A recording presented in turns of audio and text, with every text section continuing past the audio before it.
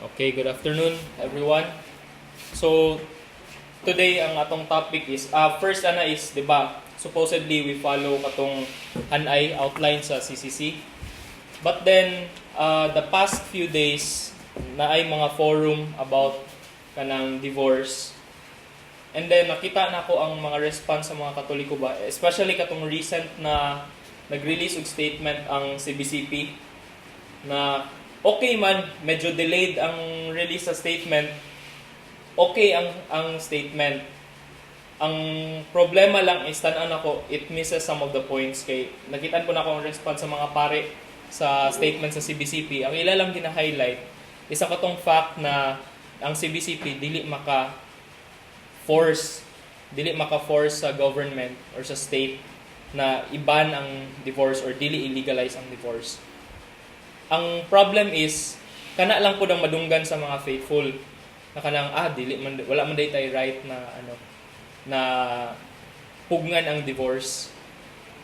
So moto na nakita nako nga kanang maybe we have to talk about marriage and divorce first bago nato ipadayon tong discussion on the transmission of divine revelation. So ang atong topic today is about the sanctity of marriage and the evil of divorce.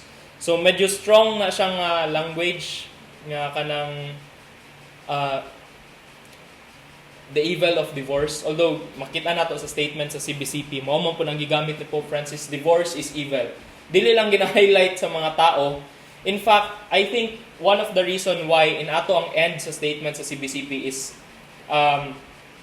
to show us kita mga faithful na mali ang Ateneo de Manila theologians.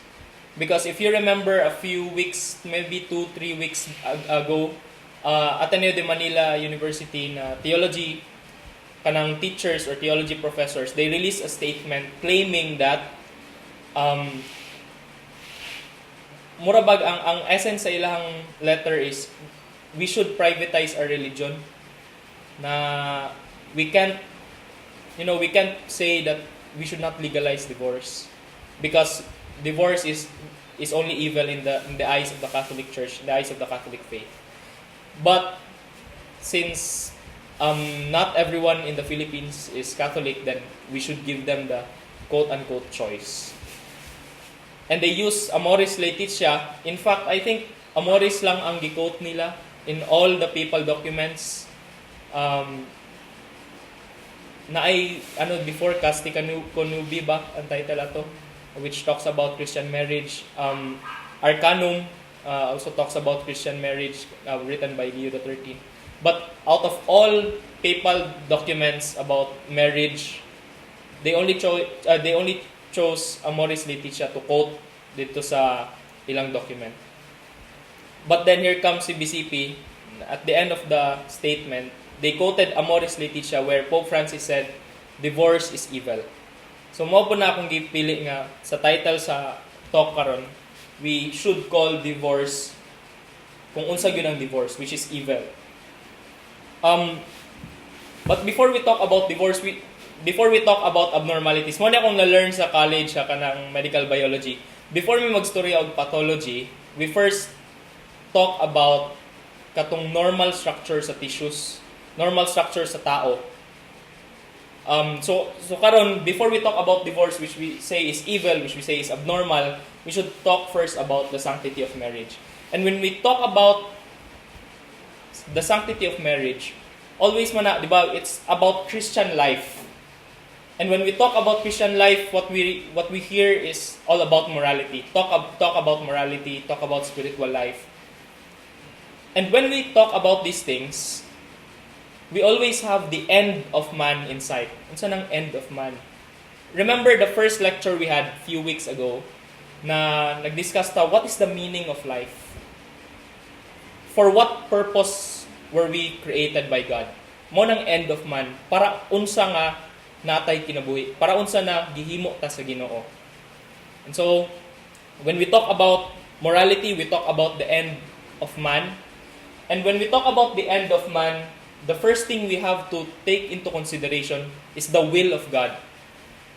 As the one who is the author of life, as the one who created us, So we need to take into consideration unsa man gyud ning will of God. One of the problems sa modern world is we anthropomorphize God. Na-discuss po na ko ni partly katong first lecture where we take attributes and activities that are normally or primarily nasa tao, tapos atong ilabay, idikit nato sa Ginoo. One example of that is God. Kanang God is sad, God is happy, or kanang normal na tumadunggan sa mga liberal Catholics. What would Jesus do? Diba? Mga na ilang kanang kasi moon ni Jesus, iya ba ning palayason? Or talk a lot about that mga Protestants or mga liberal na Catholics. But the problem is, dili man gyud kani ang mga language na we should use, properly speaking, when we talk about God. The language we should use is God wills. Because God does not quote-unquote feel. Dili man na feeling ang function or ang activity ni God, but it's about will. So God wills. Di ba, madunggan nato na in the crusade, Deus vult. God willing. And so, ang ingon ni Kyle Clement, si Kyle Clement, he works closely with the Doloran priest and exorcist, Father Chad Ripperger. They talk a lot about kanang spiritual life, spiritual battle, morality, all things na Catholic. Ana siya, this principle manifests katulagi in projecting human attributes to God. So, ang uban mo ingon, but Our Lady, especially sa Fatima or Our Lady of Sorrows, ginagamit niya itong mga language na God suffers, God is pain, kanang every time we commit sin. But we have to remember, ginagamit lang niya na language in order for us to understand the reality. Because limited atong capacity to understand what really is happening in the interior life of the Holy Trinity. But, properly speaking, when we talk about reality, unsa gyud ang nahitabo apart from what we understand in our human mind. The language proper to God na gamiton nato is not really the feeling, but it's about God wills.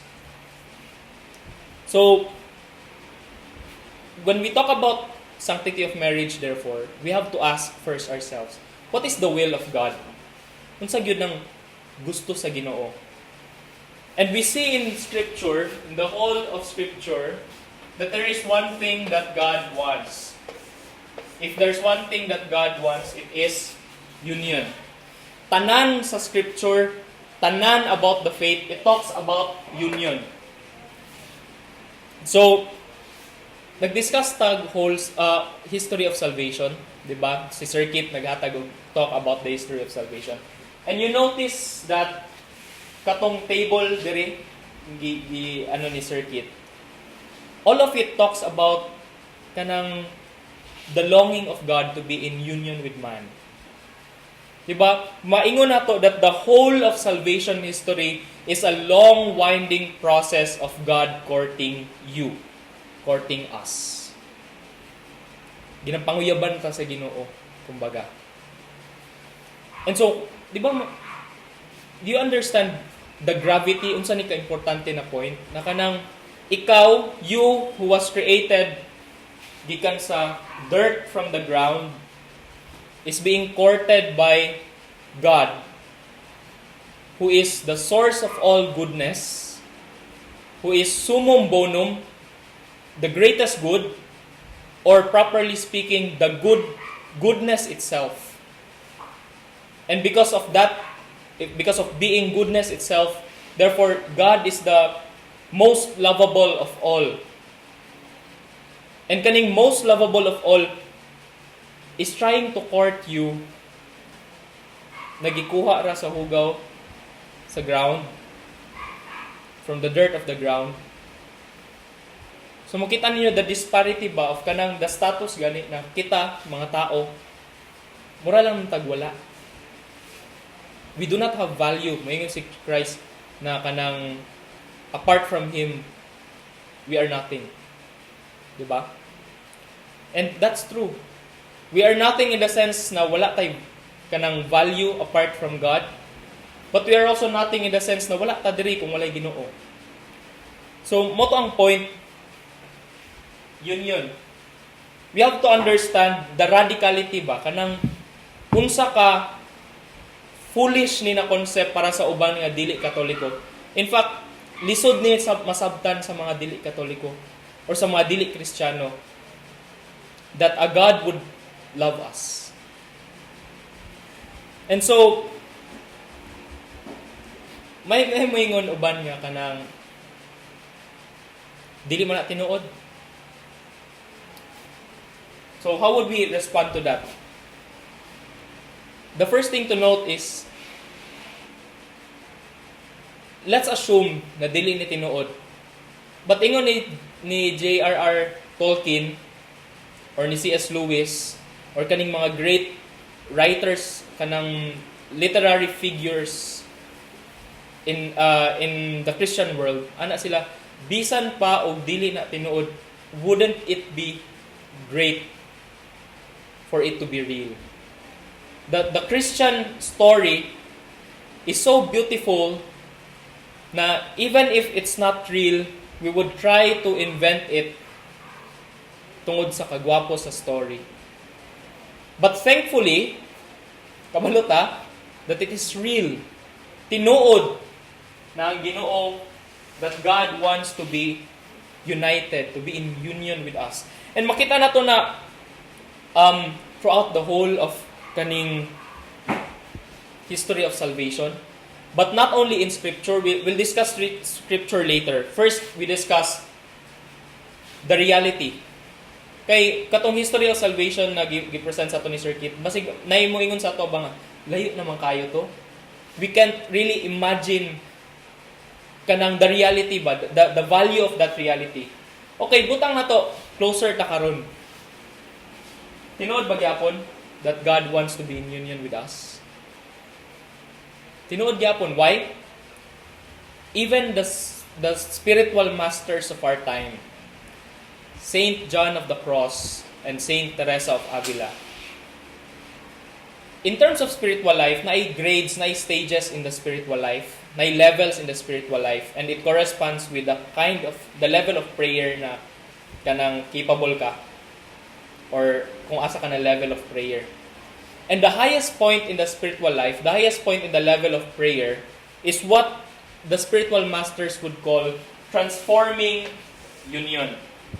Transforming union. And in another language, sulat to.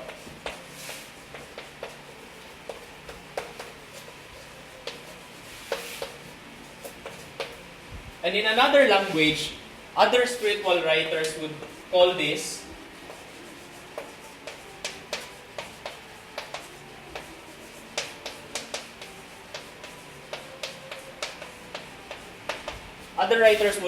mystical marriage. Transforming union or mystical marriage. So kaning duha, these two terms can be used interchangeably. Meaning, these two concepts is the definition of these two concepts or kanang the reality na gina point of these two concepts are one and the same. Same reality of God kanang marrying you. This is why makita nato si Saint Catherine of Siena, kung makita ninyo isa sa iyang statue, or even si Saint Teresa of Avila, is in a state of kanang spiritual ecstasy. Because kana na time, she is kanang nag-manifest physically in front of our eyes the reality of the transforming union or katong mystical marriage niya with Christ. So, in fact, dili lang, madang po maingon, but those are some things proper to the saints. Dili na siya para sa tuwang tanan. Nayuuban mo ingon, ana, but that is a wrong concept. That is a misunderstanding. Why? Because kita tanan, we are called to reach this level in the spiritual life. In fact, in heaven, mo man niya ito ma-experience. Perhaps albeit better qualitatively. But heaven is really about this. mystical marriage and transforming union. So, makita nato na in the whole of Scripture started with Adam and Eve and then ended with, sa Revelation, the wedding feast of the Lamb. So, makita nato tanan sa history of salvation, tanan sa Scripture, we see stage by stage there is the reality of marriage.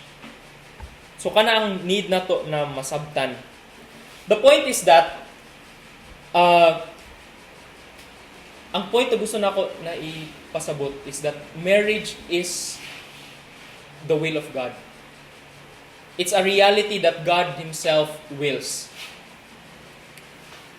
So, from this, makuha na to ang sense na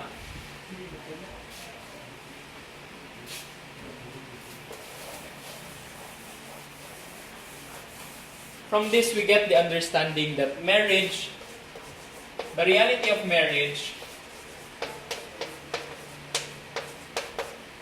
if we want to know what marriage is, we have to look to God to understand what it is. Why? Because God, according to CCC, is the author of marriage. So if He is the author of marriage, if He wills this, then we have an idea that there is an understanding of marriage na giwill ni God. There is a reality of marriage that God wills. And so if we want to understand it, need na to tanawon, we need to look into the divine revelation in order to understand what it really means. So meaning, it's not just a human institution. Partly, we create institutions that protects the goods of marriage, but in reality, marriage is not simply kanang a contract between two private individuals. Isa na sa misunderstanding na makita na to later why that idea is very dangerous. So this cannot be defined or redefined by man or by state or by kanang international law or whatever convention there is. This cannot be redefined. So what we need to do is to acknowledge what the reality of marriage is. So makita nato that marriage is actually something that is instituted by God and therefore is also a sacrament.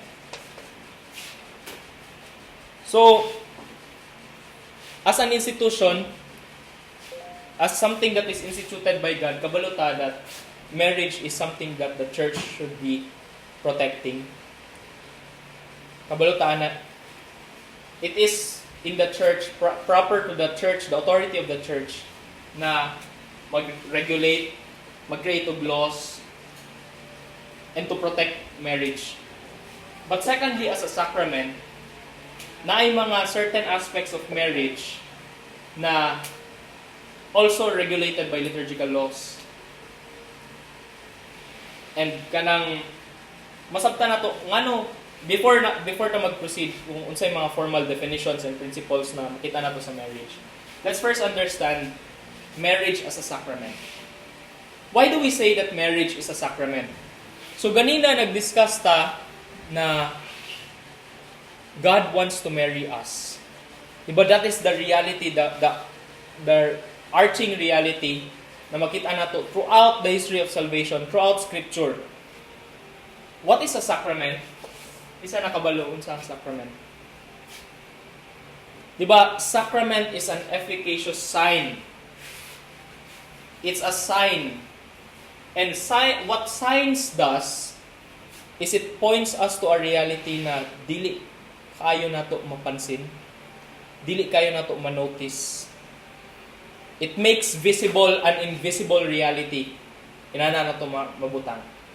In the same way that Christ makes visible the invisible God, these sacraments also make visible katong invisible reality of God's covenant with man. So, unsa man to na reality? That reality is the fact that God wants to marry us. Di ba? And so as a sign of that reality, God instituted the sacrament of matrimony. So that makita nato here on earth the kind of love that God has for man. Makita nato na in scripture. For instance, in the book of Genesis, murag 2:24 ata na. Genesis 2:24, we see there that man is called to leave his father's house, to be joined to his wife. Diba, makita nato na in Genesis. Therefore, a man leaves his father and mother and cleaves to his wife, and they become one flesh. Kita nato, it is described in Scripture. Unsa ang reality aning marriage. And marriage as a sacrament, tanaw na to, if kato ang definition ni God sa reality of marriage between man and woman, and it is a sacrament, then that definition must point to the reality na makita nato sa kinabuhi ni Kristo. So paunsa nato na paunsa nato na makitaan sa kinabuhi ni Kristo. The first part of the verse is therefore a man leaves his father and mother. Did Christ leave the side of his father? Diba? He came down from heaven. Why? Genesis 2:24, cleaves to his wife. Jesus came down from heaven for what? For what purpose? To be with man. Diba? And then last, they became one flesh. Unsa ang gihimo ni Kristo pag abot niya diri sa kalibutan? What was the purpose? What was the end? What was unsa ang gi-accomplish ni Christ here on earth? Christ accomplished kanang communion with man. Being one with man. That is why He instituted the church, di ba? Why? Unsa day ng church? St. Paul says that the church is the mystical body of Christ. With kinsang head? Jesus Christ as the head, and the church as the body of Christ. Unsay relationship ana sa marriage? In marriage, who is the head of the family? Kinsang head sa family? The husband.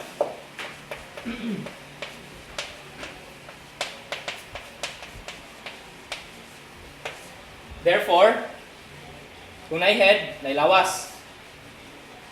Kinsa ang lawas? The wife, and then the children. But primarily, ang wife.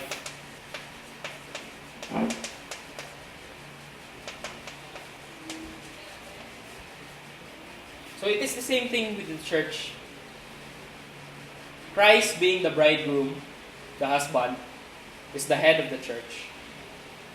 The wife, and secondarily the children, it's a natural reality. But spiritually, it's the wife. The church is the body of Christ. So makita nato diri pa lang in scripture, makita nato that the reality of of marriage being a sacrament, being a sign.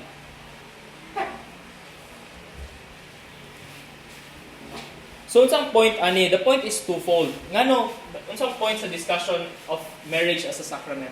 The point is twofold. Marriage therefore is both a sign and the means of the communication of grace. Di ba mo na ang sacrament, it's an efficacious sign which communicates grace. So unsang pasabot ana? Sa CCC na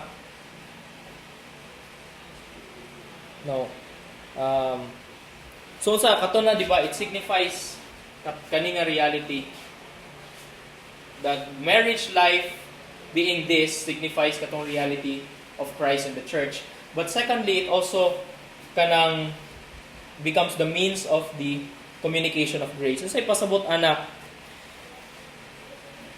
CCC says that by virtue of what it signifies, by virtue of the reality that marriage signifies, it communicates grace that perfects the love of the couple. So perfect the love of the couple and strengthen their indissoluble unity. So duha to.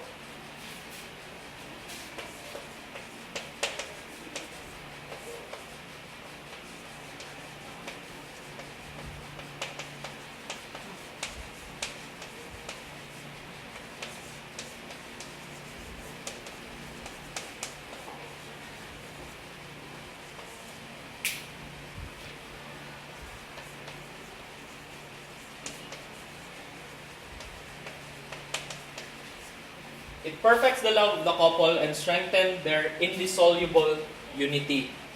For what purpose? Ikabalo man ta that grace has a purpose. Diba? Dili mo na ginahatag lang just for the sake of giving it. God has a purpose for why He confers grace. And for what purpose niya ginahatag tong grace proper to marriage? It is according to Lumen Gentium, paragraph 11, the purpose is to help, to allow the couple to help one another to attain holiness. So para sa sanctity of the couple, that grace flows from the sacrament of marriage, allowing them to help one another to attain holiness in their married life and in welcoming and educating their children. So mo ditong purpose. So kung ano na ay grace proper to the sacrament of matrimony. It is to help one another seek holiness and to help them educate and welcome their children. So duha ang purpose for the couple and for the children. Kaya reality man na sa marriage is there for the sake of the family. So what this means is that the covenant between the spouses is integrated into God's covenant with man. Diba? Ganina, as a sign. So, dili lang to siya simple nga, it points us to that reality. Sign is not just that. Sign is not just a symbol. Sign also brings us to that reality. It allows us to participate in that reality. So, the purpose of marriage is to signify nakita that a man and a woman in their married life is supposed to embody and to participate into katong ginaingon niya nga into the covenant integrated into God's covenant with man, also in the covenant of God and man. So the authentic married life or married love is caught up into the divine love. So mo day tong reason, mo day dili lang ang marriage na kanang kontrata ninyong duha kay tungod naghigugmaay mo na amoy kanang sentiments towards each other, kilig-kilig ana nice part. Dili lang para inaana. But married life is there for us, for katong married love to be caught up in the divine love. And that is made possible by the grace that is communicated by the sacrament of matrimony. So karon mag-discuss ta unsa gid ning unsa jud ang nature of marriage. Tanawon nato unsa gid ng marriage. Ay ganun ako gi-erase to.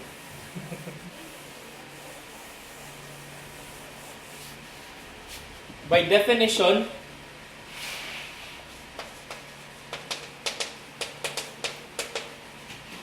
so take note, the church has technical language, may technical definition that the church is trying to make more precise as the years go by. So, di ba, the divine revelation comes, and then kita as the faithful, the fullness of divine revelation has been revealed by Christ. But our understanding grows the more we try to meditate and contemplate on the divine revelation. So, it is for that reason that we have kanang formal definitions in doctrine and dogma And the more na kanang we meditate on it, the more the church meditates on it, the more that the language we use to define katong reality sa divine revelation, the more it becomes more precise. So mo nang reason nga no, stricto ang simbahan actually in terms of definition.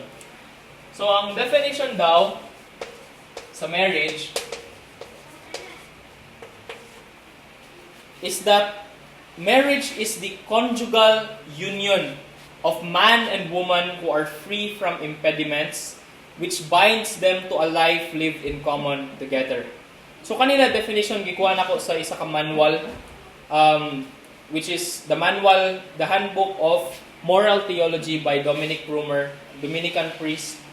I'm not sure kung 20th century siya or 19th century siya nagsulat ani. But it's a manual on moral theology by Prumer.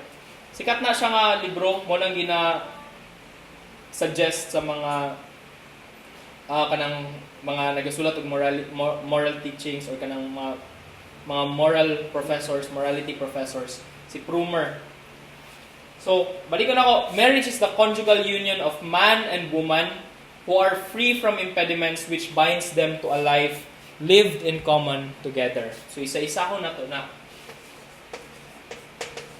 May 5 operative terms sa kana lang na definition. The first thing to note is marriage is a union. Diba? Marriage is the conjugal union.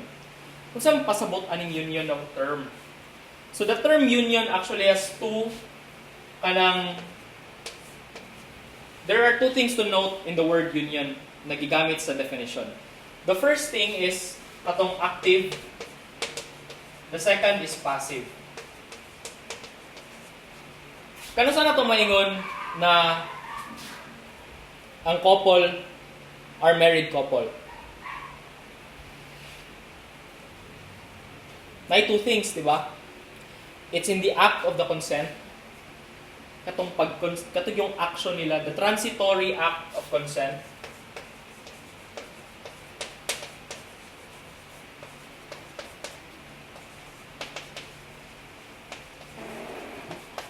The transitory act of consent.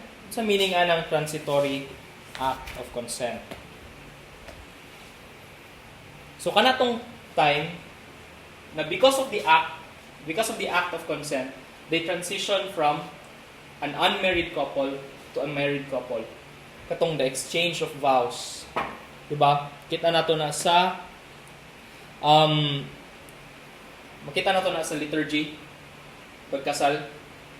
Tanan ba ta naka-attend og kasal? Or kabalo sa rito sa kasal? So, muna siya, in an active sense, union refers to that transitory act of consent. They are united because of that act, the transitory act.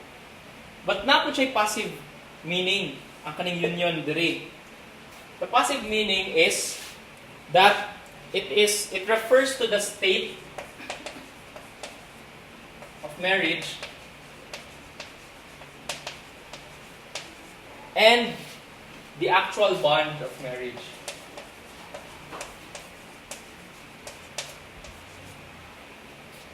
Why? Because union, dili lang, united mo as a couple, dili lang man dito sa inyo ang act sa katong, sa tawagan na, kanang exchange of vows, exchange of kanang vow of fidelity towards one another. Dili lang man diri nga part in the active sense na naging united mo. Also in the passive sense, that you are united because you are married in the state of your marriage, but also in the actual bond. Masabtan na to na later, unsa jud pasabot aning actual bond of marriage. Pag-abot sa pag-discussion na to on the benefits of marriage. Okay. The second thing to note is the word conjugal. Conjugal union. Dili lang siya basta-basta ang union. It's a conjugal union. Why? Because important siya na term, especially karon sa mga discussions. Why? Because a lot of people think that the purpose of that the only reason why people get married is because they have kanang sentiments towards each other. that they have a unity of mind and will.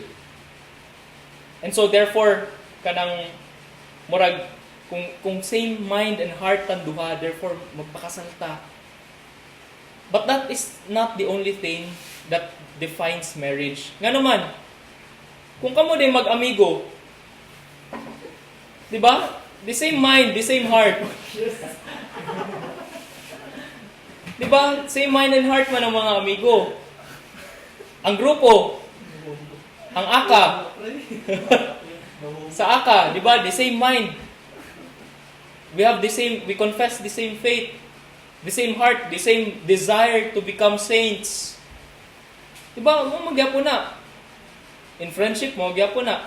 What makes marriage unique, one of the things that makes marriage unique is the fact that it is conjugal. Meaning there is the aspect that it's not only the unity, the union of minds and heart, but also the union of bodies. Conjugal union. Ano naman takabalo nga, morning isa sa supposedly at least, that makes marriage unique. Kaya kung kamo mag-amigo, dili man mo supposedly, ideally speaking, you do not engage in conjugal act with a friend or a colleague or a co-worker. Supposedly, ideally. Ano ginahingon ako supposedly and ideally? May daga naman tao ginahimo na karon bisan dili ninyo. Di ba? So kung kamo naghimo man sa magtanaw sa video, pag i-publish nato ning video, kumpisal. Friday sa Cathedral. Tuesdays to Friday sa Redem. In any case, motong point, there is a special kanang purpose. Dili lang for lust or kanang business purpose.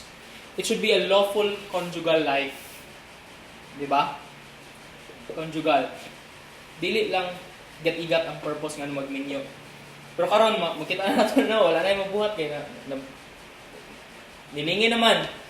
So, di ba? Ang uban mo ng purpose, pakasal na lang, ana. So it's not really for love. Wala sila mabuhat. But in any case, kung katuyo ang nahitabo, wala man po tayo mabuhat. It's good that they marry instead na biyaan lang niya, di ba? But in any case, kato ang reality in terms of conjugal union. It is the special purpose of this union where they are joined together for that lawful conjugal life. So kato. Unya mas masabta na to na.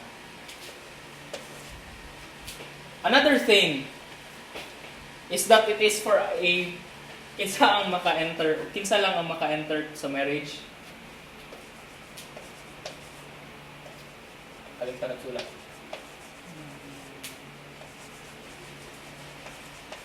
One man, one woman.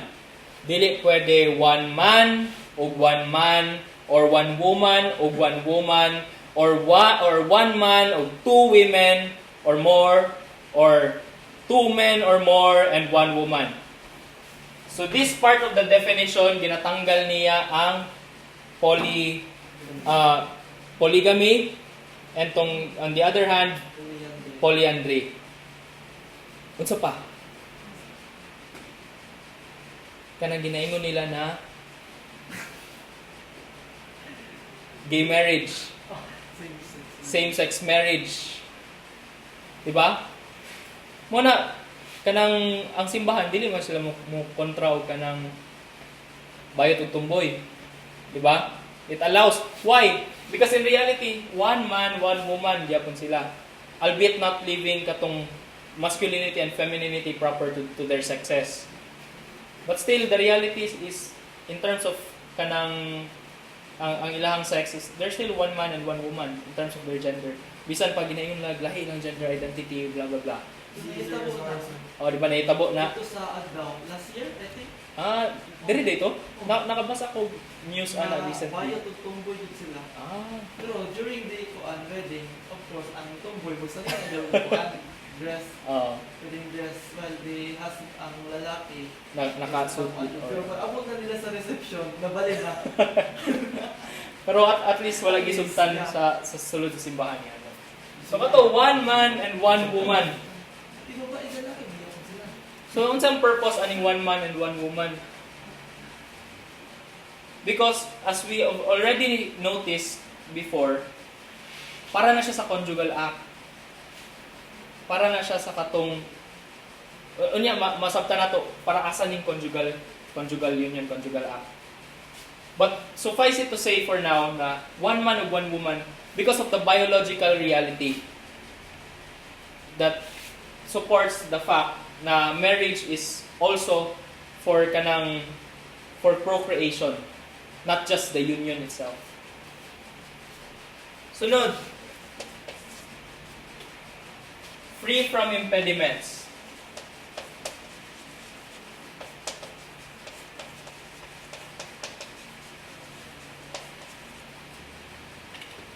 Kung saan ang impediment? Babag. Those things, those characteristics na nasa couple or sa situation sa couple that prevents them from being married. So na two types anang impediments in relation to marriage. First is prohibitory. So katong mga babag, katong mga impediments that prohibit them from being married, or it kanang ang ginapakita na kung naana siya, the church must not allow the ceremony to happen at all. For example, na siya vow of kanang purity, vow of chastity, na kanang dili gyud siya magbinyo. Iyang gidedicate iyang life in service of God na dili in a state of marriage. So napay uban vows ana, but that is one example. Napay uban prohibitory impediments. But the second type of impediment is annulling impediment. So mo ni sila ang mga babag na it's probable na wala nakit-an sa simbahan kay wala gi-present sa simbahan na mo dining na nag-exist din siya na situation, nag-exist din siya na reality sa couple. So na nag-exist or kanang gisugtan na nay ceremony, gikasal sila. However, a few years from now na-reveal na naatong annulling impediment, and therefore they are allowed by law, by canon law, to declare their marriage null and void, or to declare their marriage null. So meaning, bisan pag nahitabo tong ceremony, because of the annulling impediment, wala gyud marriage na nahitabo, properly speaking. Nalay wedding ceremony, nalay rite of marriage, but the reality of marriage wala siya na nahitabo because nay annulling impediment. So important po ni siya na discussion karon sa about divorce, because a lot of the things na ginaingon nila as reasons for divorce are reasons for annulment. So, ginatago lang nila na sa divorce bill kay kabalo sila that when they say lies over and over again, ang ginaisip sa tao kato ng lies nila kato ng gidawat nila na wala joy line choice ang tao but divorce. But in reality, good na may annulment. If they want to change something, they want to create something, they should kanang ratify ang katong annulment process. In fact, some would say that there are more grounds for annulment in the Catholic Church, in the canon law, than sa civil law. Meaning, mas encompassing pa ang grounds of annulment sa sulod sa simbahan kaysa sa gobyerno. And sometimes, bisan pag na-annul mo sa simbahan, it is also probable na dili na i-recognize inyong annulment in civil law. So there are some Catholics who would say na mas may pa-ratify na lang ng kanang annulment process o kanang grounds of annulment sa civil law. But in any case, napay last na characteristic. A life common together, or butang na natin the common life. Sa meaning sa common life or a life common together. Nani upat kanang sa tawag ato. 4 things to note about a life common together. Primarily, a life common, the words a life lived in common and together means indissolubility of marriage. So gibutan ng a life lived in common and together to signify the reality na after the act of consent katong sa union nila, dili na gyud nimo na sila mabulag. Di ba? So mo ang primary thing to note in sa last part sa definition. But secondarily na ito law. It is a united domestic life, meaning you share kanang life together, mag-uban, side by side. Also, spiritual union in charity and desire to act in unison. Kasi meaning, spiritual union in charity. It is important in a marriage na you have the same faith. You profess the same faith. That is why the differences in kanang spiritual life or differences in the faith confessed could be also an annulling impediment. Napoy desire to act in unison, meaning kung ang lalaki or the husband cannot decide on his own. Ambot kung wala mo ko syempre wala man ko ka-attend og kanang mga seminar sa unsa na Africana. Syempre wala ko ka-attend laban ang wa ko katudlo. So I'm not sure if gina-emphasize na kadalasan magud karon makita ninyo nga ang bana mag-desisyon nag-iyaha or ang asawa mag-desisyon nag-iyaha. But in reality, marriage as a life lived in common and common together, kailangan sabay gyud. That is why it is also the union of minds. Di ba? So there should be at least man lang the desire to act in unison. Kaya syempre, di mo dyan na maiwasan nga sometimes na adyo yung mga kanang dili gud mo magkasinabot sa kanang mga whatever things na dili mo magkasinabot. And lastly, at least some sharing in temporal goods. Ngano at least some sharing? Kay dili necessary na kanang tanan jud temporal goods kay gina-share ninyo. Kay dili man tanan temporal goods kay ma-share ninyo as a couple. Diba? There are things na Hindi sweldo din mo. ang sweldo. So, tanan mo gunitan. Tanan sweldo daw gunitan sa asawa. Hindi atagang pamilit yung banang kay basig isugal. Ang bita na yung sweldo. Wala na gasolina ang Wala yung gasolina. Asa na din yung sweldo? Ang binuhuan. But also there are some temporal goods that are proper to kanang women lang yun. There are also some temporal goods that are proper to husbands lang yun. So not necessarily tanan, but at least there is some sharing in temporal goods.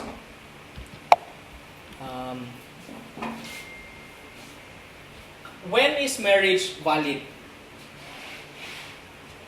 Anong question? Nani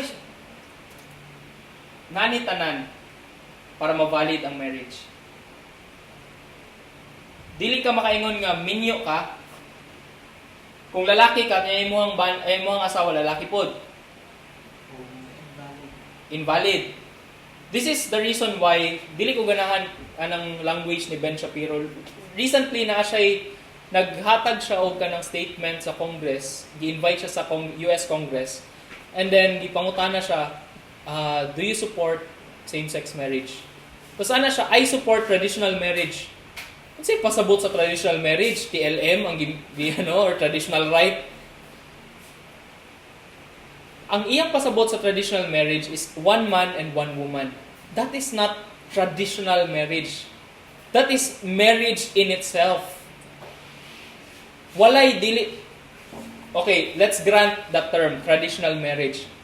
But when you use the term traditional marriage, there is no other marriages aside from the traditional marriage na imong ginapasabot. Why? Because same-sex marriage does not exist. Does not exist. It is not marriage. Why? Because wala ni. Marriage is valid kung kaning tanan na characteristics na Plus one thing. Very important ni, free from impediments. Because marriage is valid, according to Prumer, when there exists no annulling impediment between the two parties. So it is possible that marriage is licit, meaning isugtan sa simbahan, but not valid. Why? Because there are some impediments na wala na-reveal, na wala na-take into consideration sa simbahan, kay wala man submit. Alangan naman tanan magpakasal kay pasiay sa simbahan. No, reklamo na gani sila sa gasto ron. Unsa na lang kung ipaimbestigahan kinang couple. So imposible, di ba? It is not prudent. And so, naging mga butang, naging mga impediments na dili maklaro sa simbahan. And therefore, kanang naging uban marriage na dili null gid sila. So, mo nang importance. Marriage as a sacrament. Okay na ni? Nasabtan?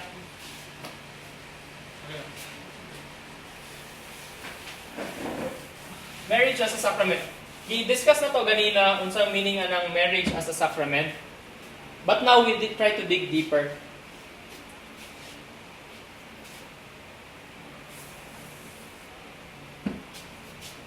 A sacrament, for it to be a sacrament, has to have a form, a matter, minister, and katong subject. Diba? Unsang form sa marriage? Unsang form sa bunyag? Unsang form? Water, dili water. Water is a matter. Matter ang water sa bunyag. Unsang form sa bunyag? Baptism rites. The rite, specifically, katong Trinitarian formula. So, bisan pag wala tong rite nga sang taasa, basta na atong formula, makonsider siya as a sacrament. Makonsider siya as baptism. Kung natong I baptize you in the name of the Father, the Son, and the Holy Spirit, plus tong tubig. So, may mo siyang valid. Sa bunyag, kinsang ministro. Ang priest, dili lang ang priest. Deacon, dili lang ang priest of deacon. Dili lang ang baptized Catholic. Tanan. Bisan og dili ka Katoliko. That is why na ay mga baptism nga gina-recognize sa simbahan nga baptize sila outside the church by Protestant churches for as long as na-follow tong form and tong matter. So sahay gina-recognize na kung pagano ang nagbaptize for as long as the form and the matter is there, it can still be valid. But those things are provided only for emergency purposes. For example, kamatyonon. Diba? Okay, balik na dire. Unsa ang form sa marriage?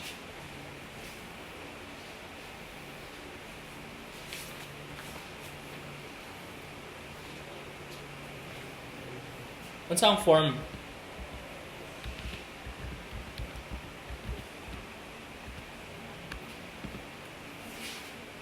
Ang matter na lang.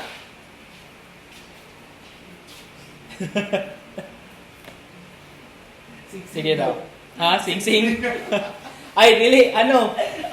Kanang mga 50,000 nga sing-sing. 50,000 pesos. Kinsa ang kailangan na para naay kasal? Ang couple. Specifically, ang lawas sa couple. Diba? So, meaning, hindi pwede mag-zoom. Kailangan physically present ang couple in their online.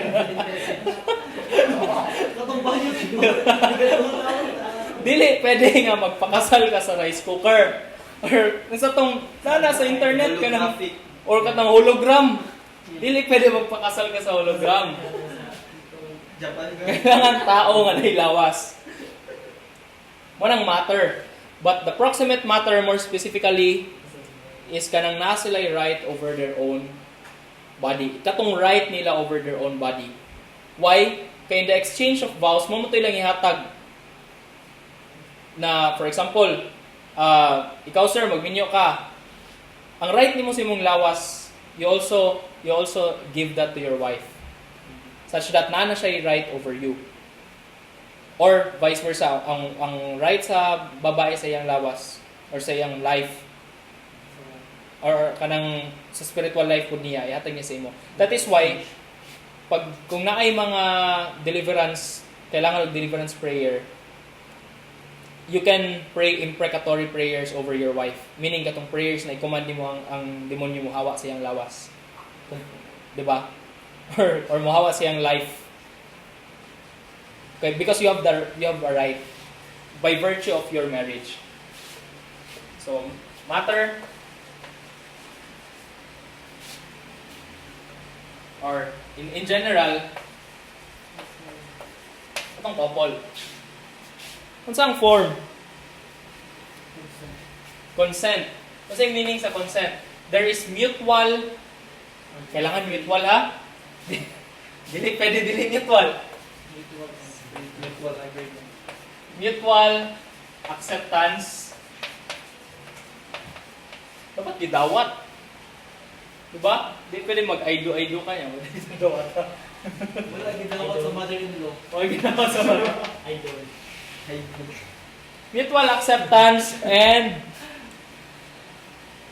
they call it kanang transference. Expressed externally. Kailangan external daw ni pagka-express.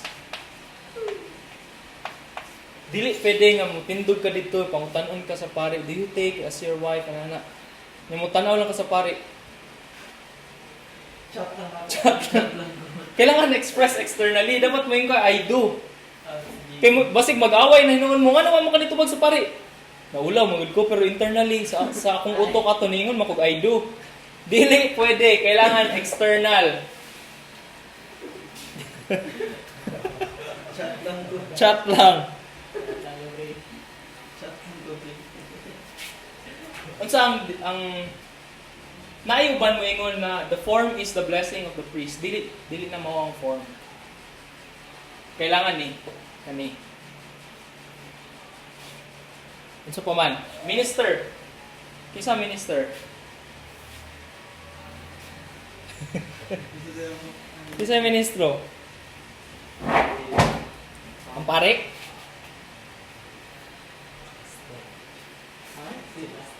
Si pastor? Katong pastor sa tagong magkanaog na tumboy yung kayot. Ministro sa INC? Dilipod.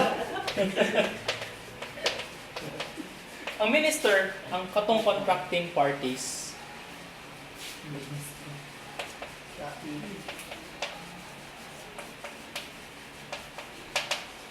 Contracting parties. Dili si father. Dili mo pwede makasal si father, no? Dapat dili. Unless magpalihisay siya. Ana si Promer, there are occasions that the sacrament of marriage can be kanang done without the presence of the priest. But that is not the ordinary thing. That is not the normal thing. Ordinary, nagid pare. And supposedly inside the church. Dili kanang garden meeting. Beach meeting. Oh. Kinsa ang subject sila gyapon, di ba? But we need to highlight the subject katong free of impediments. Dapat wala siya impediment.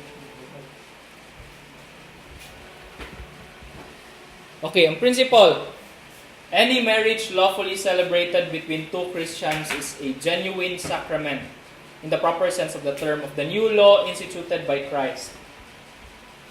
Sa pasabot ani, ang marriage na gi-celebrate, dili lang siya ceremony.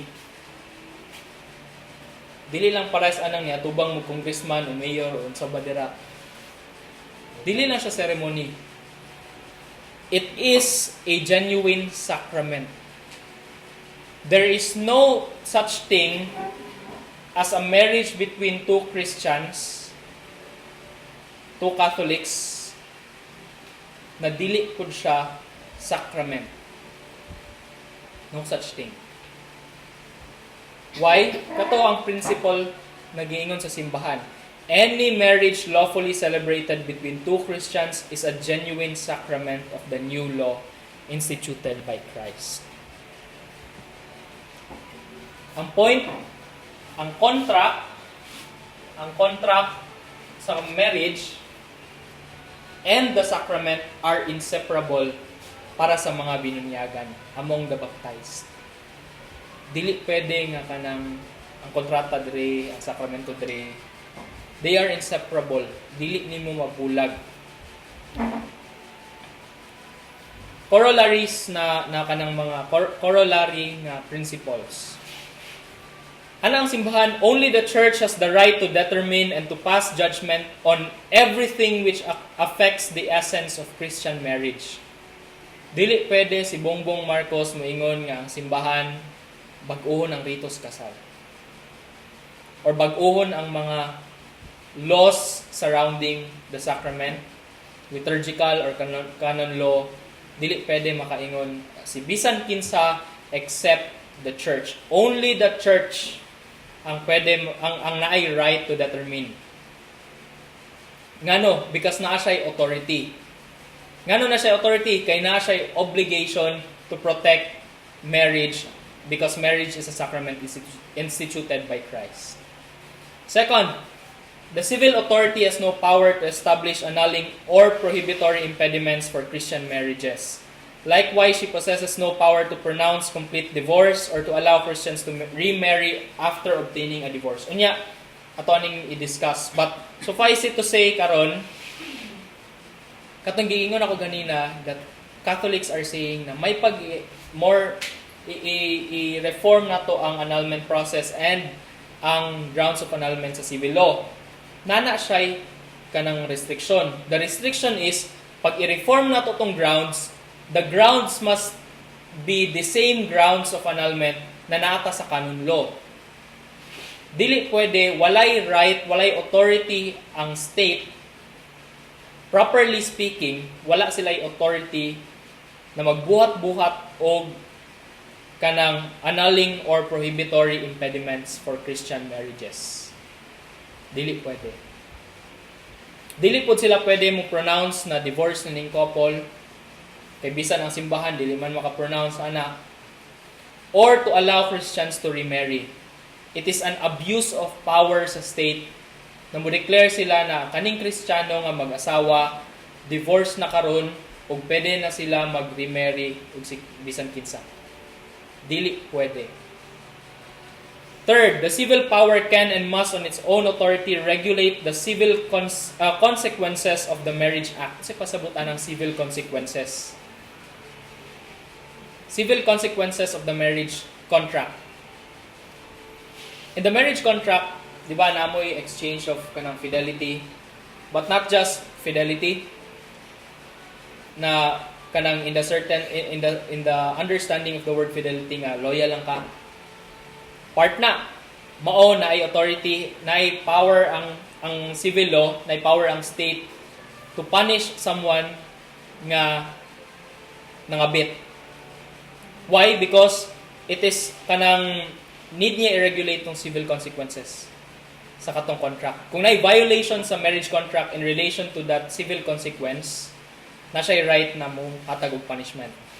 Another thing, na ay right ang state na kanang mo demand sa kanang, for example, na mo'y kanang nag-separate mo, legally separated mo. Naga po'y right ang state na mo ask sa lalaki, sa husband or sa wife ba, depende.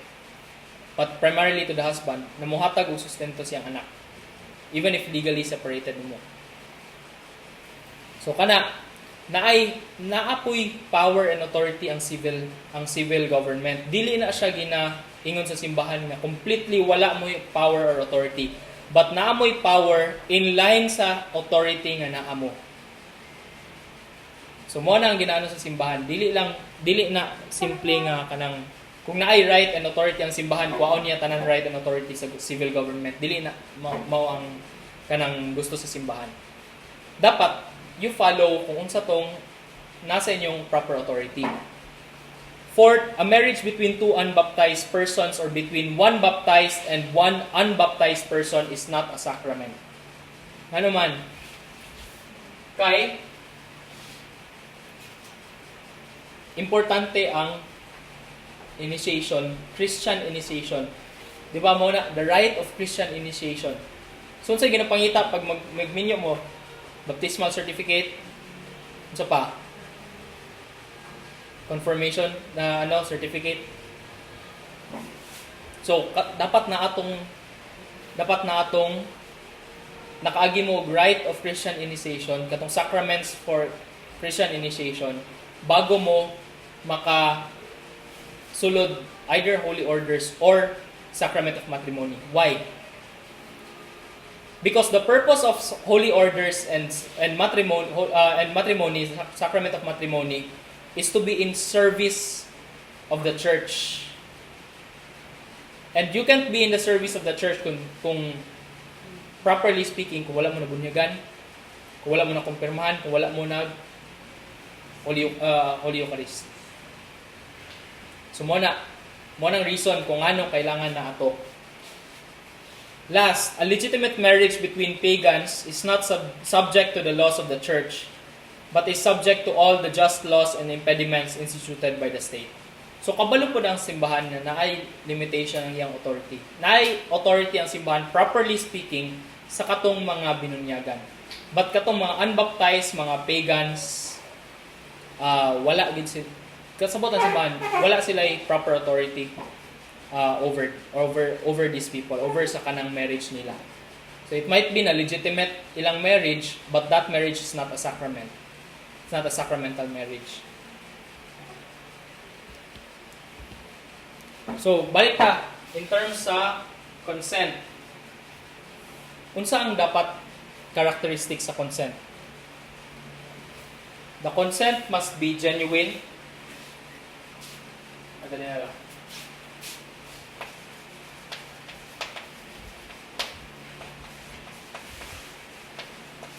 Genuine. Tinuod dapat na nag-consent yun ka. Internally speaking, nag-consent ka, it's an act of the will. Dili pwede nag-iisip-isip lang nimo pero you did not will it. Dapat the consent should be genuine. Second, free and deliberate.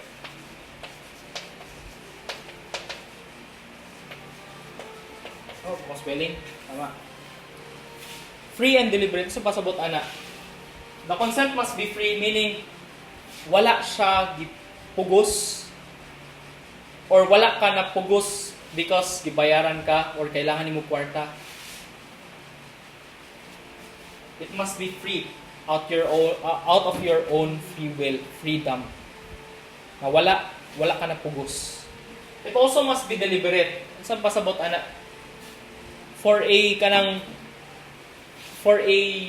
choice to be a free choice, dapat ipag-isipan nimo. There should be an act of the intellect na gipresent sa imong will before kato imo ang will can be properly called free. So, kailangan deliberate ipag-isipan. Dili na ka nang nadala lang ka sa gwapo manggod tong iyang pag-propose. Mahal man ng sing-sing. Third, present. Ang consent must be present. Dili pwede nga moingon ka na kung consent kay siguro mga 5 years from now. Tapos makasal mo, dili pwede. Dapat you consent now. 4, mutual and simultaneous.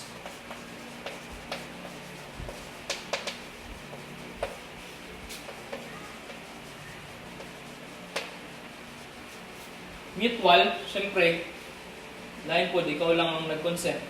Siya, wala.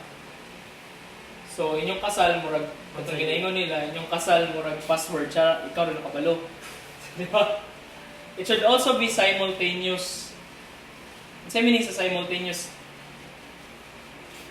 happen at the same time. Ano, it should happen at the same time. Okay? Unang-una, kailangan present. Dili pwede nga kanang ang isa sa inyo ha. Dili sa karon. Text lang ako pala. Text ra na ako pag human. Naulaw mo ko dagang tao. Pwede. Hindi mo home. Family.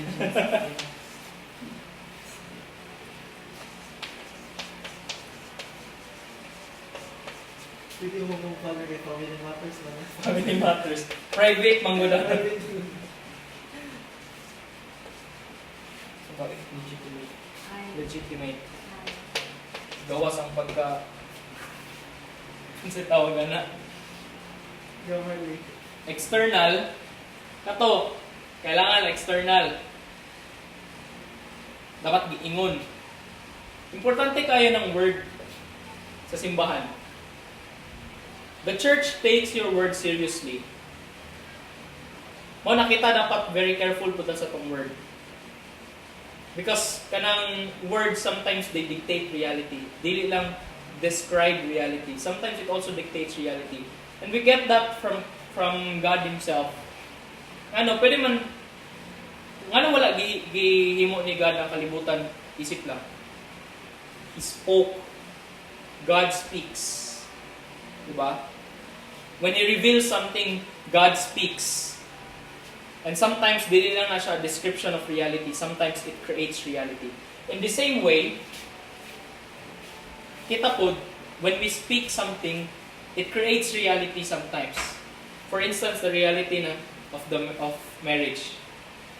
When couples speak kanang katong the exchange of the vow, it creates the reality of marriage between them. And kailangan legitimately expressed. Kailangan gisugtan po na siya sa simbahan. And kailangan napod kay authority to express your will. Dili pwede nga mo, ingon lang. Siya lang sa mo gayon. Dili pwede. Lastly, muling isa sa pinaka-importante.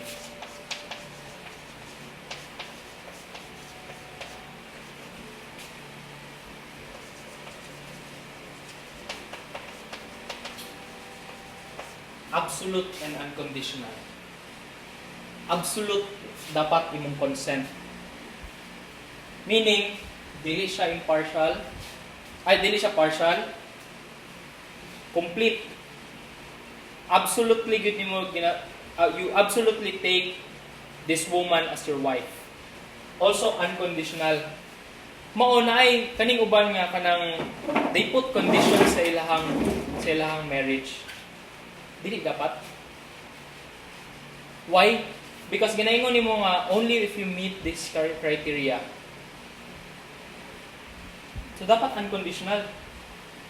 If you love someone, if you want to marry someone because you love him or her, then it must be unconditionally done. Dili tungod magminyo na ta pag na-meet na nimo ang 60,000 mark sa kanang sing-sing. Dili ni siya wedding ring ha. Gipalit ko lang ni sa Paulines. Dapat ka ng diamond. Dapat diamond. Dapat mahal. Di ba kita ka na sa TikTok or sa YouTube Reels, Facebook Reels na how much should a ring cost before nimo minyuan ng isa ka tao? It reflects lagi daw the love and the effort. Dapat maminaw ka ba? Dapat daw maminaw ka kay Taylor Swift. Minyuan niya bisan pag paper rings. Okay, next. The properties of marriage. There are two properties of marriage.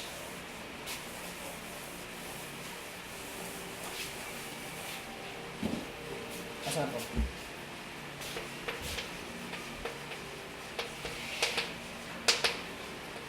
Duha nga i-describe si Plumer.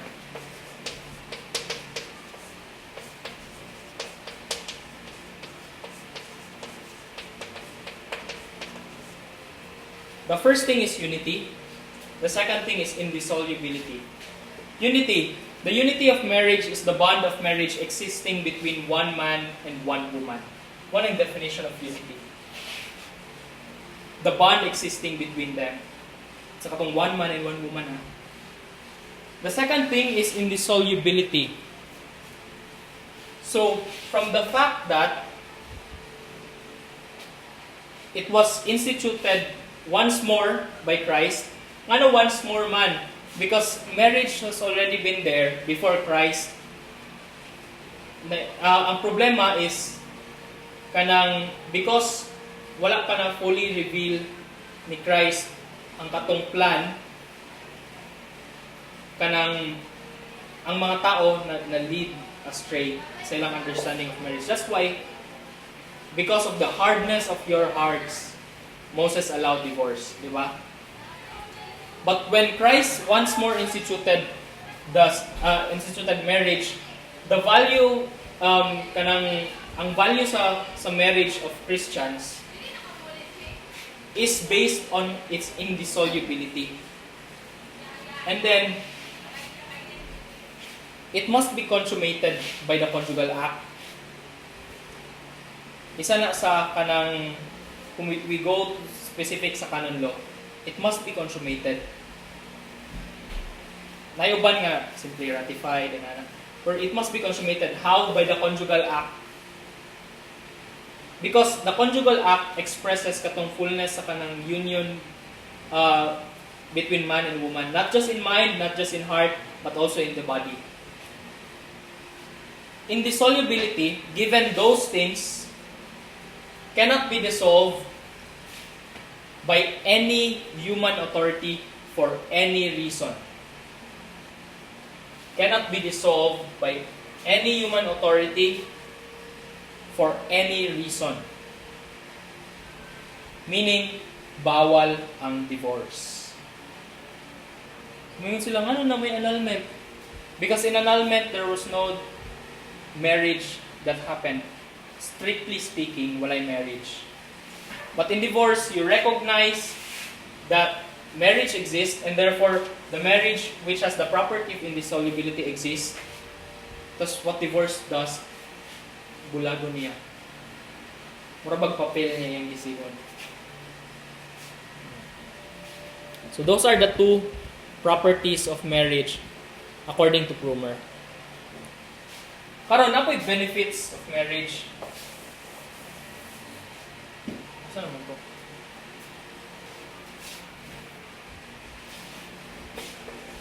There are 3 benefits.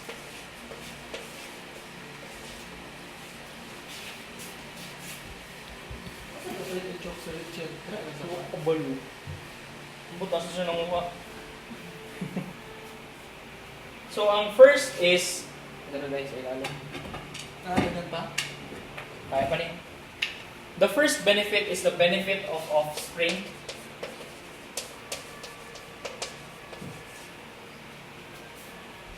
First, dili tanan benefit of marriage kailangan mag-exist for a marriage to be valid. The only thing that determines the validity of marriage is katong giingon nato kanina. There is no lack of any impediment and na-meet niya tong criteria na giingon sa definition. The benefits of marriage are something that kanang happens after the marriage. Una, the benefit of offspring.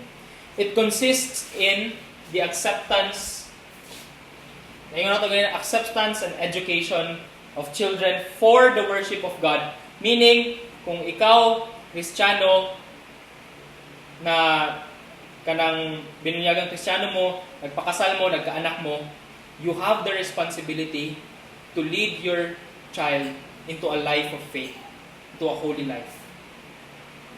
everything, you raise your child, dili para mahimong dato, dili para mahimong lawyer, dili para mahimong doctor.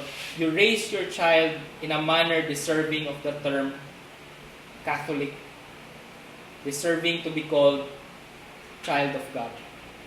So, tanan sa pagpadako sa imong anak should be directed towards the worship of God. Everything else kanang should follow from that. So the vocation sa imong anak, sa profession sa imong anak, dili nimo na pwede i-determine isa-isa. And if kung unsa man ang goods that comes out of it, it should be for the worship of God. Hence, parents should take care for the physical and spiritual welfare of their children. Nga naman, physical and spiritual.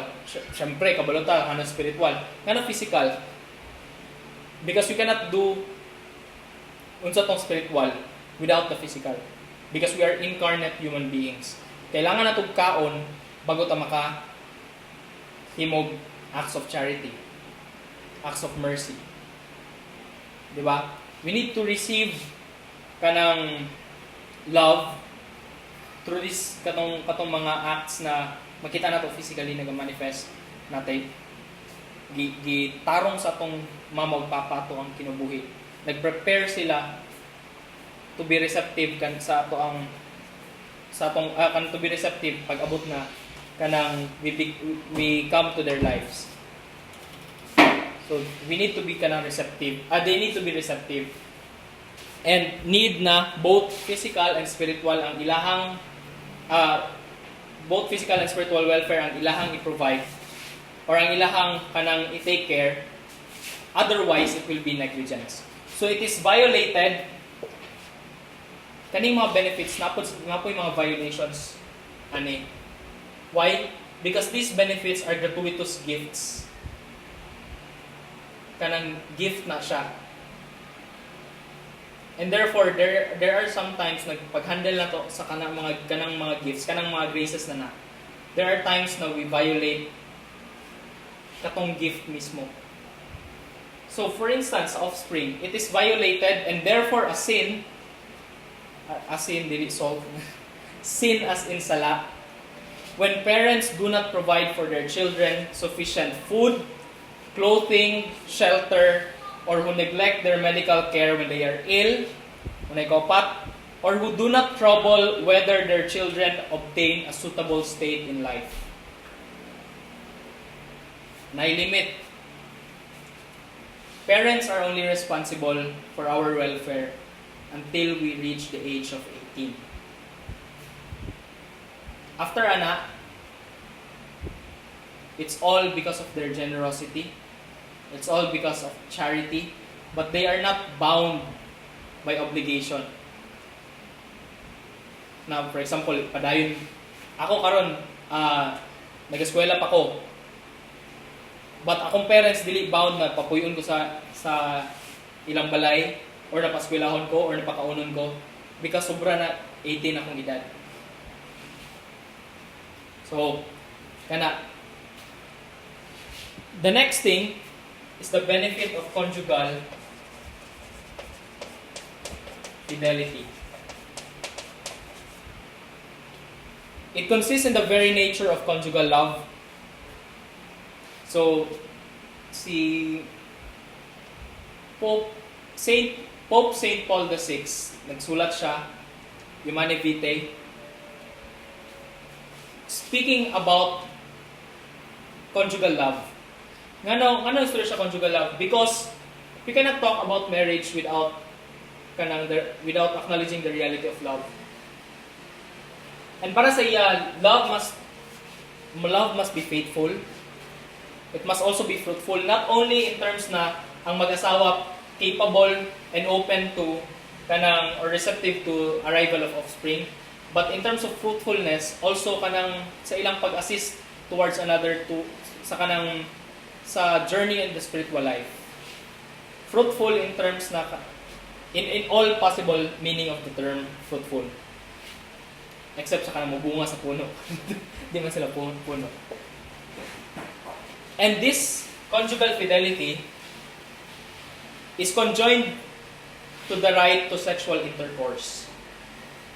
Later, maano na to, unsa na, because it already leads to the realm of obligation.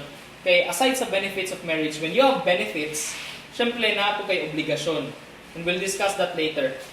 Lastly, it is violated by adultery and similar acts like solitary pollution. Solitary pollution is kanang act that you do something sexually pleasure without your wife.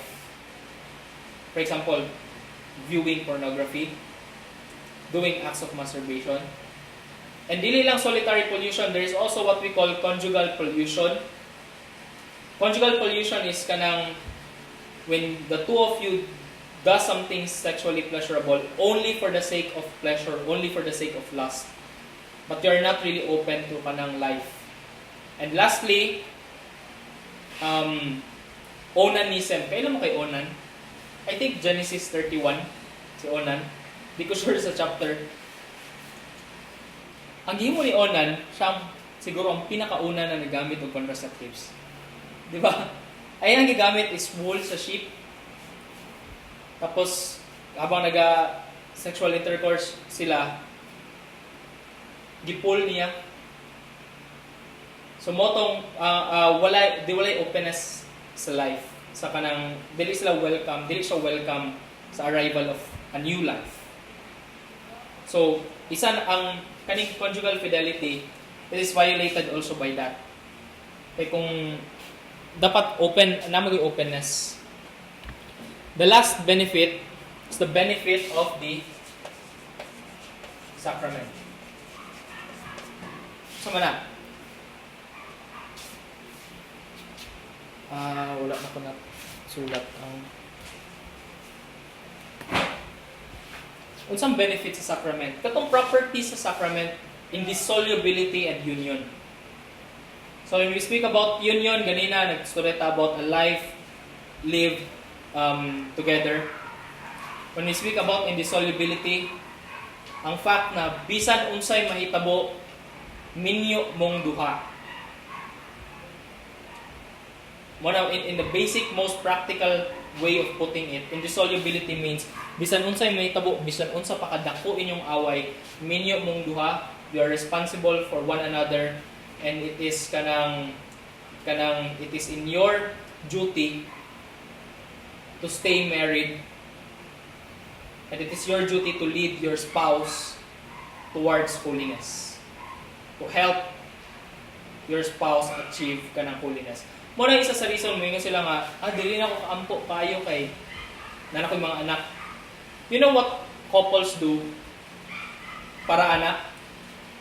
Mag-take turn sila o kanang bantay sa anak. Para ang isa maka-meditate, maka-ampo. Because namagoy mga aspects of prayer that you have to do alone. Like for example, meditation or affective prayer. These are some things na dili nimo ma-share with kanang each other while you're in the act of praying. Kay dili man siya para sa vocal prayer na you can pray as a family vocally, or you can pray sa misa as part of the congregation. But meditation, contemplation, etc., there are some parts of prayer life na dili nimo mahimo na nakikauban. So you have to be alone. So muna isa sa ginahimo sa mga couples. So nadunggan na po na ako na. Siyempre, wala mo ako ka-experience. Obligations of marriage. So, mag-iingon ganina, kung naay benefit, napoy obligation. Unsa dapat nato matun-an in terms of obligation.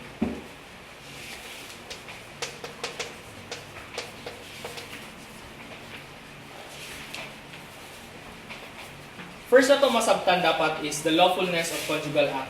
Because the obligation, most of this consists of kanang the conjugal act. Naay mga erehe sa una, nga dili sila, mayon sila nga kanang matter is evil, the body is evil, and therefore, the conjugal act is not lawful. But the principle states the church says that the conjugal act is lawful and even meritorious as often as it is not opposed to the benefit of offspring and conjugal fidelity. For as long as dili mo close to kanang life and you do not do it only out of pleasure or out of lust, then the conjugal act, sexual intercourse, is lawful and even meritorious. Ana si Prumer, conjugal act is necessary not only for the propagation of the human race, dili lang para sa kung magkaanak mo, but also for the fostering of married love. Kasi pasabot anak, dili pasabot na sterile mong duha, na naibalaan ninyo for instance na dili juday mo ka anak because probably na isa sa inyo na problema or both mo na problema. Dili pasabot na dili na lawful ang inyong conjugal act. Lawful gihapon. Why? Because it's for the sake of fostering married love. Aside from the act itself, katong conjugal act, sexual intercourse, ana si Prumer, touches, looks, and other acts are lawful, provided na walay proximate danger of pollution, katong katong paras kay onan, and the sole intention is not mere pleasure. So dili pwede nga mere pleasure lang. So kabaluta, conjugal act is lawful for as long as dili niya ma-violate ang katong mga benefits sa marriage, especially offspring and conjugal fidelity. Because of that, because it is lawful, and in view of the benefits of marriage, obligation arises. Nakay obligasyon. Unsa obligasyon nimo? You have the obligation to render marital dues. Dili ka na mingon sila nga, di ko maminyaw babae nga, dili ko timplahan og juice pag nalimpyo ko sa mong backyard. Dili ka na juice.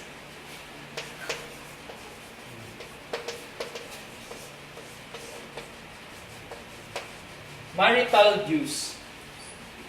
There are two principles when speaking about marital dues. The first principle states, as often as one of the parties asks reasonably and seriously for the rendering of the marital dues, the other is bound in justice to accede to the request, otherwise grave sin is committed. Unsay pasabot?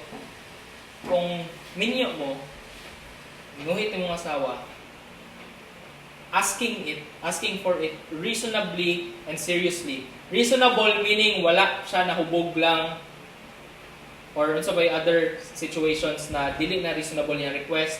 Seriously meaning wala siya nagara-gara. When one of the married couple, for example, ang husband wants to do the conjugal act in a reasonable and serious way, ang wife or the other sa marriage, kung kinsa man tong gipangayuan, na siya obligation to accede to the request. Na siya obligation to do the conjugal act. Otherwise, anang simbahan, grave sin is committed. Second principle, in itself, before ana, unsay naay mga grounds gyapon na pwede ka mo reject sa katong pagpanguhit. For example, dili reasonable ang request, or for example, dili seryoso ang request, or dili in the state sa health sa one of the parties, dili siya pwede because it risks katong health nimo. Pero kanang maingon sila na ang sakit ang ulo. Ana si Father Ripperger dili na ground to reject ang katong kanang sakit sa ulo. In the same way nga ang sakit sa ulo dili na reason para dili ka mag-fasting. So kato siya. The second principle, in itself there is no obligation to ask. So ganina sa first principle ang gidiscuss dito sa simbahan is ang katong ang katong unsay imong imuon when your spouse asks for it. Ang second principle is, should you ask? Na ba kay obligation to ask? Ang ingon sa simbahan, in itself, there is no obligation to ask for the act proper to the married state, katong sexual intercourse. And therefore, it is permissible for both parties by mutual free consent to abstain. So, pwede di ay ang married couple mo abstain. In fact, sometimes meritorious na mo abstain. Kaya for instance, daga na kayo mag-anak, dili na nyo kaya buhion. Sometimes you have to abstain. Kaya syempre, church does not allow for contraception.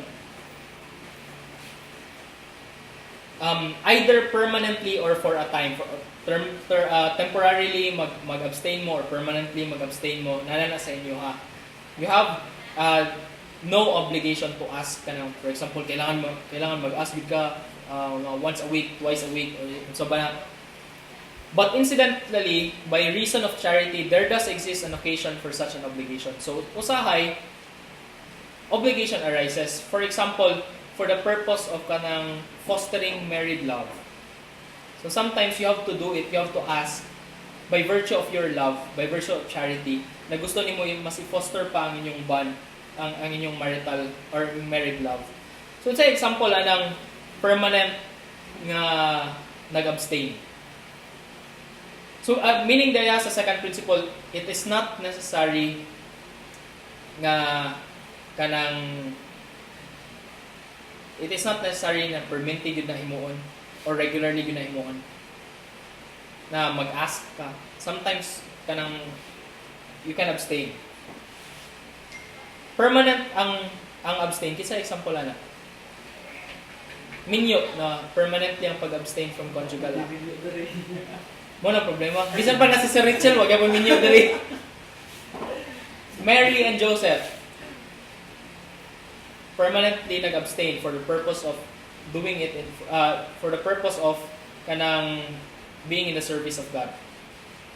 So napay mga theological explanations sana dili nato na but that is the reality. The number one example ana is Mary and Joseph, that they permanently abstain by their free consent. Wala gipugos si Joseph. Wala na pugsan si Joseph nga dili na lang siya mag-ask kay Mary. Wala siya napugsan.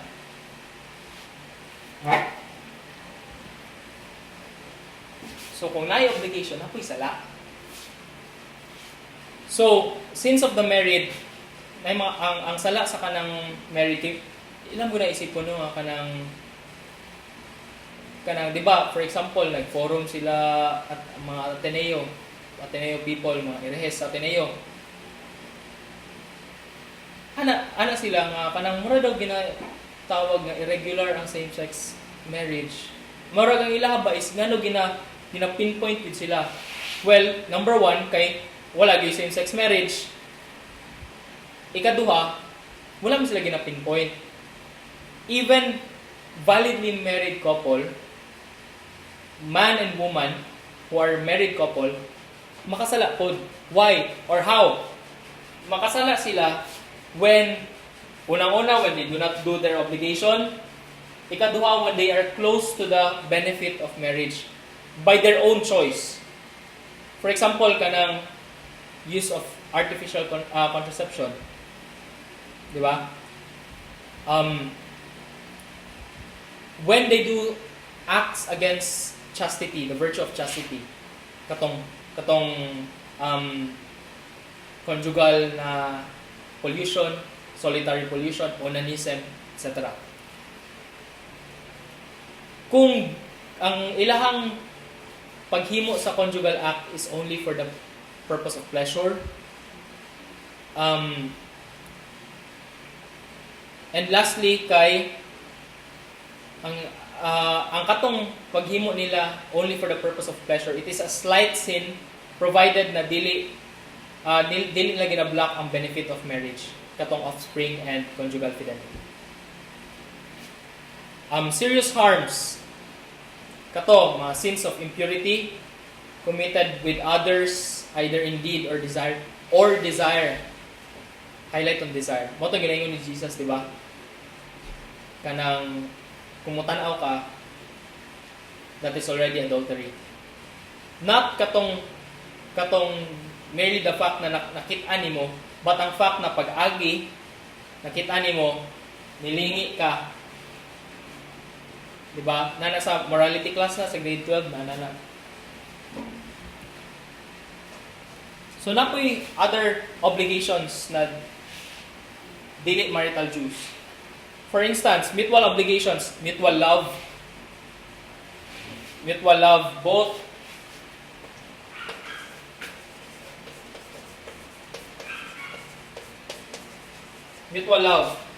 both effective and effective. So, dapat na kay affection, dili lang siya sa mga buhat, napulit sa affection. Second, the rendering of kanang marriage debt, kaning sa marital dues. And lastly, a life in common.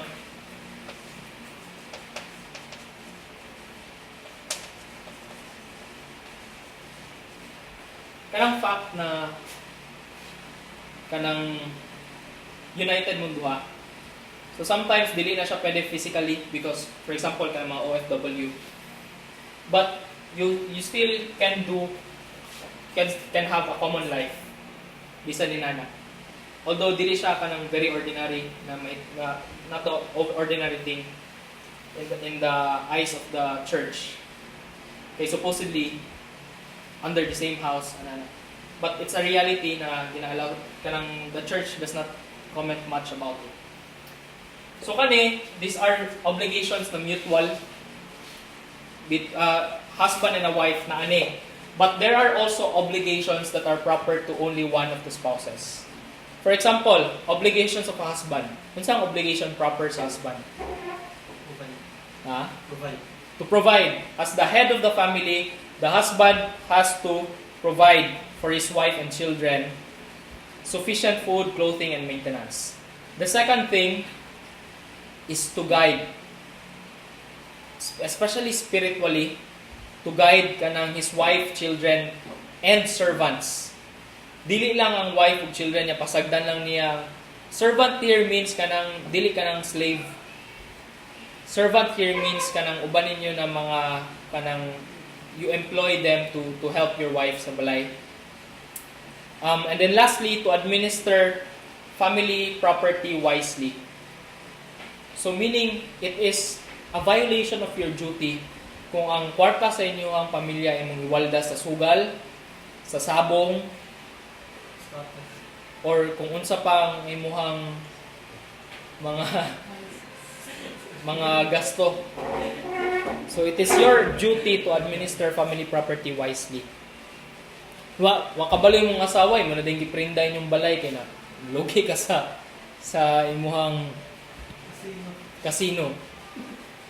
There are also obligations proper to the wife. Unsang to show obedience to her husband.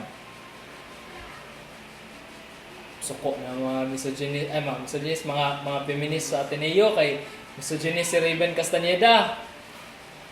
But in reality, the wife should show due obedience to her husband. Dili siya slave, meaning due obedience. Due, katong, dili mga Israel, DUE, something na kanang word sa iyahang authority. Due obedience, meaning mo-obey ka because what your husband wants is something that is within his authority. So for example, kung mayroon nimong husband na kanang kailangan nimo alagaan ng mga bata. Undang kag trabaho. Is that part of due obedience? Yes. Kay dili man nimo primary obligation nga mo trabaho because ang tao nga nay primary obligation to provide for your family is the husband. So naay mga parts dira na prudential judgment pud siya. But in terms of primary obligation, walay obligation ang babae na mo trabaho. Obligation na sa husband. And ang primary obligation sa wife is to show obedience, due obedience to her husband. And secondly, to pay careful attention to home and to the education of her children. But nevertheless, the spiritual head of the family is still the husband. Bisan pa nga ang babae, ang iyang obligation sa balay is ang kanang to take care of the household and to educate the children. Especially sa una nga kanang it's more on kanang homeschooling. And karon nagabalik na siya traditional households. Nag-homeschool. Why? Hindi mo gusto ipadala imong anak sa Ateneo nga tudluan siya ni Sir Lunar Failoga. Nag-video ko, bala siya na okay lang ang same-sex marriage and you have to constantly challenge the teachings of the church about it. Theologian ka, di ba? Sa IREF, advisor ka sa obispo. You won't want your child to be educated by a theologian like that. But kato, back to the topic, the spiritual head of the family is the husband. It's the father, the man. Bisan pag dagan nga gusto effeminate ang lalaki. It's okay. It's okay for a man to cry. True, kung naay grounds, kung naay reasonable grounds for a man to cry, for example, namatay ang parent, namatay ang wife, namatay ang child, it's okay to cry. In fact, disorder na dili mo hilak ang lalaki. But dili po na ka na magtantrum siya. We understand that, but man has to kanang take custody sa iyang sa iyang mind. So kato, po na tinayo sa kuha. Impediments to marriage. Kato, prohibitory and kanang annulling impediments. Dili kayo na ito na-discuss karon. Sufficient na ang ingno na to na there are some things na ginatulak sa mga divorced people, divorce advocates that are already part of kanang grounds for annulment. So sufficient na siya for now.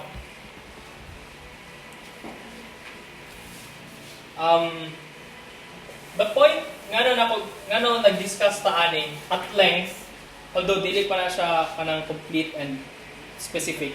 But we discuss at length the sanctity of marriage from the fact na it is the will of God, it is a sacrament, and we discuss the nature of marriage and benefits, obligations, duties, etc. Gina-discuss na to na siya in order for us to understand what is normal. Kaya sometimes mo God, isa na sa rason nga na yung mga divorce advocates, wala nila nakit-an sa ilang pamilya palang daan kung unsa gyud ang essence of marriage. Diba? So we need to understand na ang wife na obligation to husband, ang husband na obligation to the wife, ang kaning duha na obligation to their children, ang kana sila tanan they have obligation to God. Dili nila masabtan because as we live in the modern world, grabe na ang attempt sa demonyo na dauton ang marriage. Recall ang gingon ni Sister Lucia na sa end times that the last thing that the devil will ang battle will be fought over marriage and family. Why? Because discuss ito ganina, it's a sacrament. Muna siya ang sacrament na it really shows us the relationship na gusto sa Ginoo with man. So kato, that's the reason why we must discuss this at length.